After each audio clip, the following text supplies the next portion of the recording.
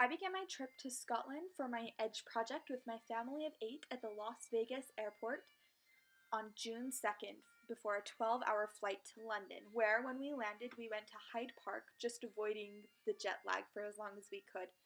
Afterwards, we wandered around the city looking at some of the damage from World War II, which had been introduced to us by LDS missionaries. Later, we went to Buckingham Palace and Big Ben, which was under construction at the time.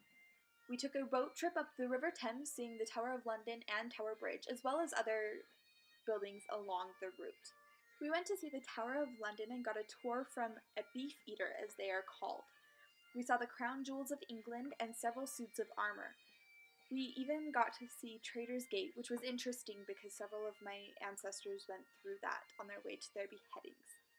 That evening, my parents, my sister, and I went to see Phantom of the Opera at Her Majesty's Theatre, which was a very fantastic production. We went to see the Dungeons of London, which was an integrative experience that focused on the sordid history of London.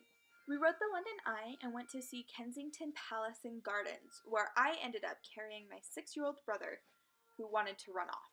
Our last night in London, we went to London's West End to watch Wicked, which I had seen before, but most of my siblings had not. We took a train to Scotland from King's Cross, where I got to live out my 8-year-old dream of visiting 9 3/4. The train ride was 4.5 hours long, so we spent most of it playing cards.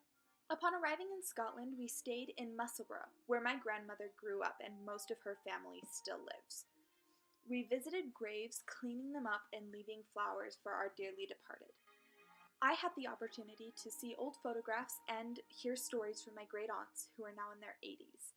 We walked the Royal Mile and saw Edinburgh Castle, and participated in several ancient traditions, including the firing of the 1 o'clock gun, which has been going on for hundreds of years. We climbed Scott's Monument, which was built for Sir Walter Scott, and saw Greyfriars Bobby, before taking a boat ride into the Firth of Forth to see an ancient monastery that's been there since the 13th century.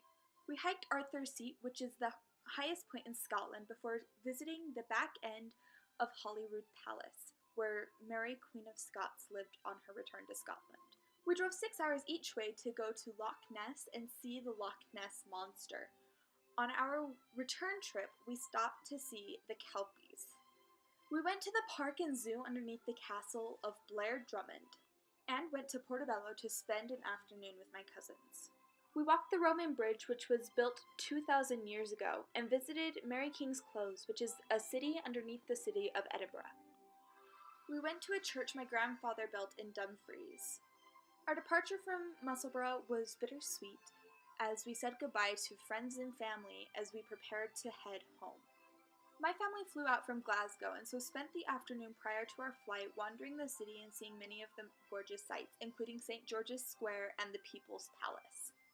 Overall, my trip to Scotland was a success in helping me learn the history of both the country and my family, and I can't wait to do it again.